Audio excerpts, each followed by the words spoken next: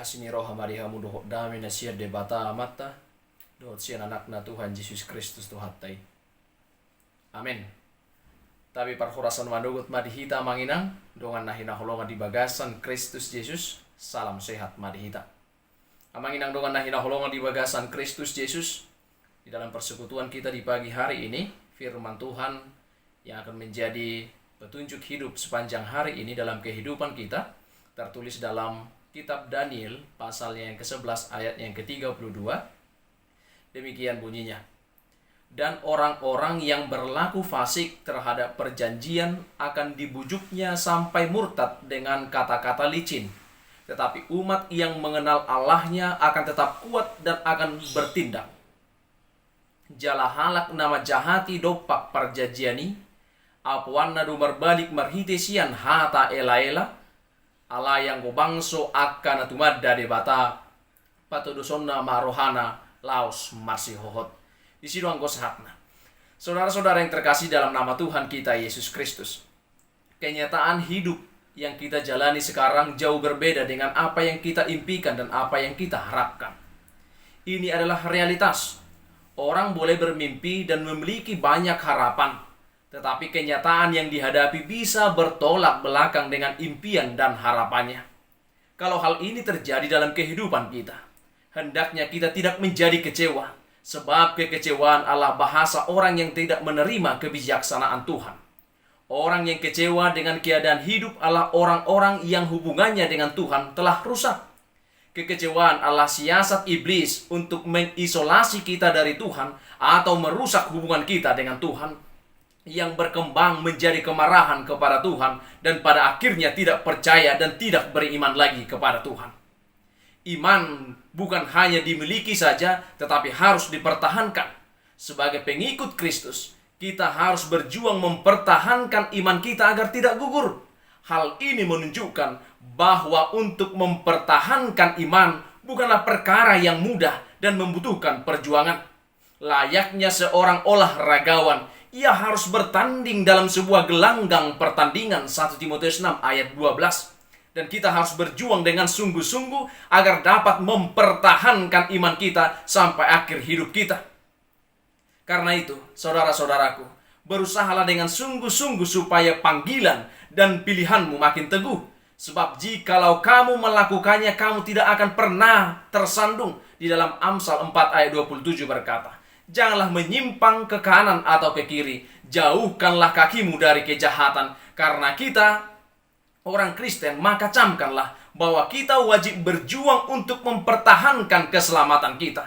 Kata menyimpang ke kanan atau ke kiri adalah merupakan penggambaran dari beralihnya fokus iman percaya kita dari Tuhan kepada keindahan dunia ini. Juga termasuk menyimpang dari cara-cara hidup, dari kebenaran kepada kejahatan. Semakin kita menyimpang ke kanan atau ke kiri, maka semakin jauhlah kita dari jangkauan Tuhan.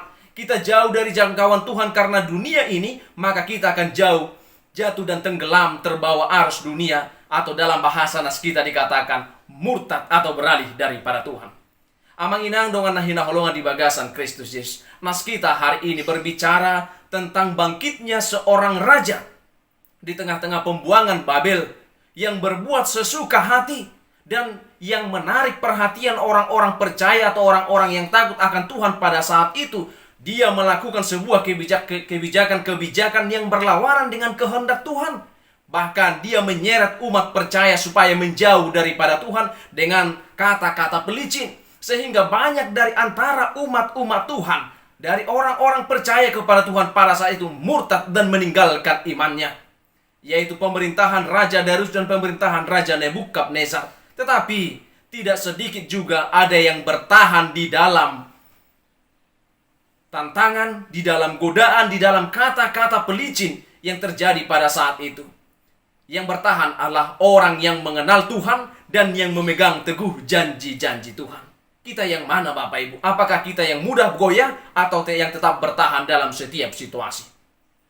Menghadapi keadaan yang sulit, Tuhan mau kita menang dan tegak sebagai seorang yang senantiasa kuat.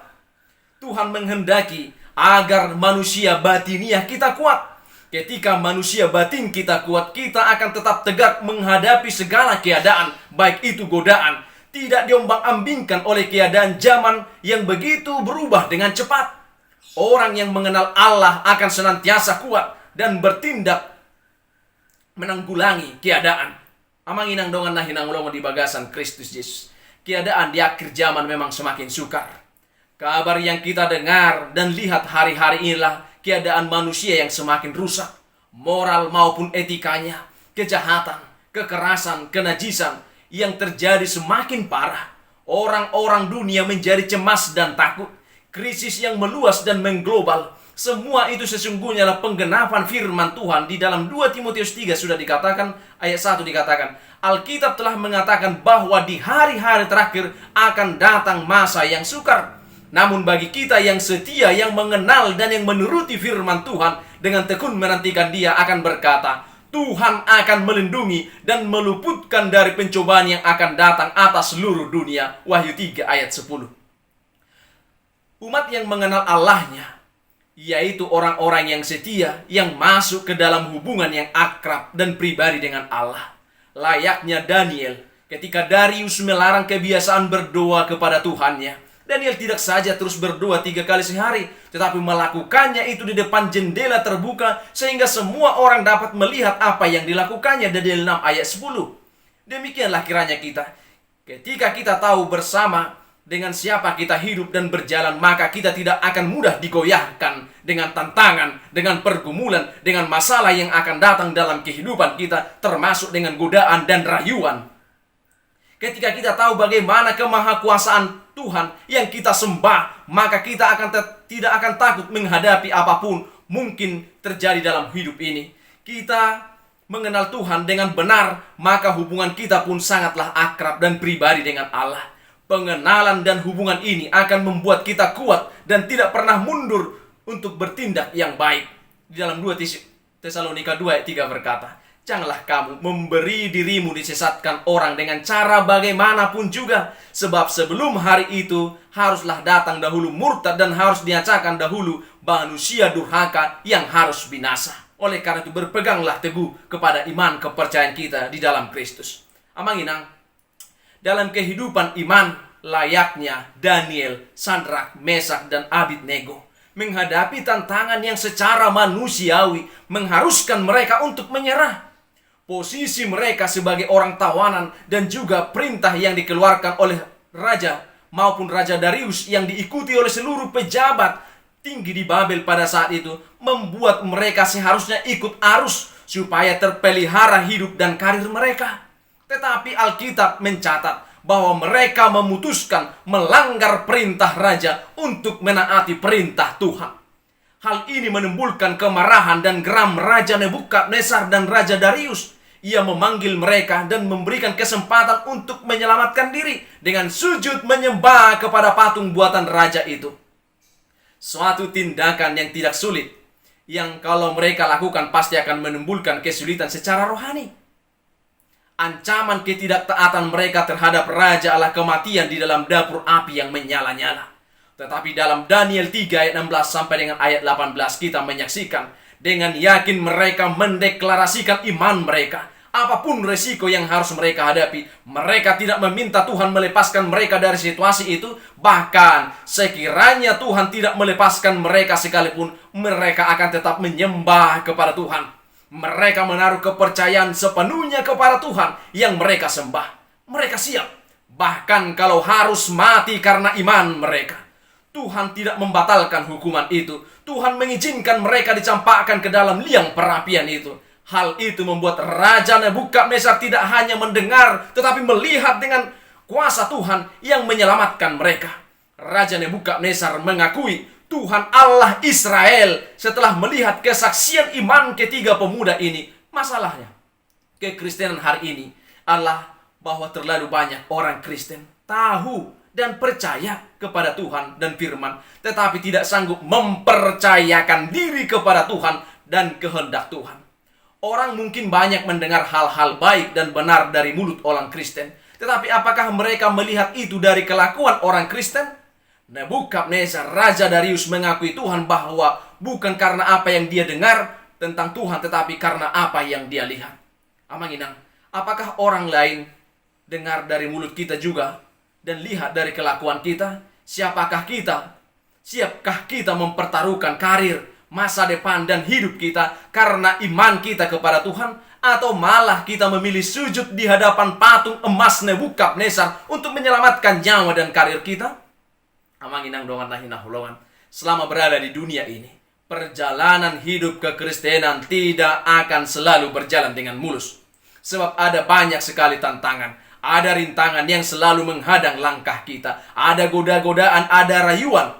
Faktor-faktor inilah yang membuat banyak orang Kristen tidak lagi fokus kepada tujuan. Mata mereka tidak lagi terarah kepada sasaran, melainkan kepada menyimpang dari arah yang sesungguhnya. Ada pula yang terseret arus dunia yang sangat menyesahkan, bahkan meninggalkan iman percayanya, murtad dari hadapan Tuhan. Akhir-akhir ini kita sering mendengar kabar atau berita yang aneh-aneh tentang berbagai jenis penyesatan yang menyerang iman kekristenan. Bukan waktunya lagi orang Kristen hidup santai-santai. Mari tingkatkan kualitas iman kita. Jangan sampai kita terjebak dalam rutinitas ibadah dan pelayanan, melainkan usahakan kita benar-benar menjadi pelaku firman. Sebab firman Tuhan berkata dalam Matius 7 ayat 21, bukan setiap orang yang berseru kepadaku, Tuhan, Tuhan, akan masuk ke dalam kerajaan sorga, melainkan dia yang melakukan kehendak Bapakku yang di sorga. Amanginang, terkadang dalam kehidupan ini, sering kita diperhadapkan dengan berbagai pilihan. Dan terkadang pilihan-pilihan tersebut membuat kita tidak setia kepada Tuhan dan melanggar perintah Tuhan. Belajar dari firman Tuhan di pagi hari ini, bagaimana kita harus mempertahankan iman dan kesetiaan kita kepada Tuhan dalam masa-masa sulit. Kita tahu bahwa Daniel telah menunjukkan kesetiaannya kepada Tuhan, maka Allah pun melakukan hal yang sama terhadap Daniel dan terhadap Bapak Ibu dan terhadap kita semua. Allah tidak pernah membiarkan kita berjuang sendiri melawan tantangan. Godaan memang sangat menggiurkan, tetapi seindah apapun tawaran itu, jangan pernah menurutinya, karena kehancuranlah akhir dari semuanya itu. Mungkin awalnya sangat menyenangkan, tapi sadarilah, akhir dari semua itu adalah kehancuran. Jangan tergiur dengan kenikmatan yang ditawarkan, kata-kata pelicin, rayuan, dan godaannya, karena sesungguhnya itu merupakan jerat yang akan memikat kita. Jadi beranilah berkata tidak terhadap segala godaan yang ada, apapun itu bentuknya.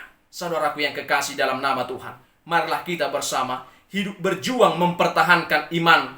Tetaplah kuat dan setia dalam iman kita kepada Kristus Yesus. Kiranya kasih karunia serta damai sejahtera Allah senantiasa dilimpahkan dalam kehidupan kita. Amin.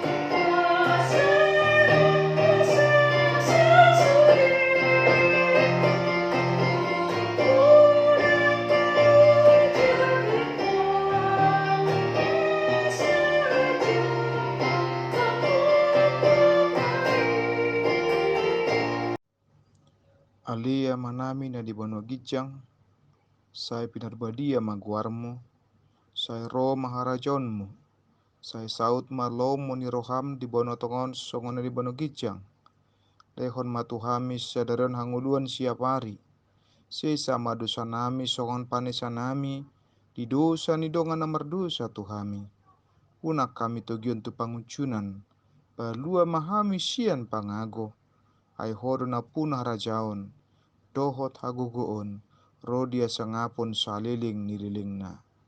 Amin.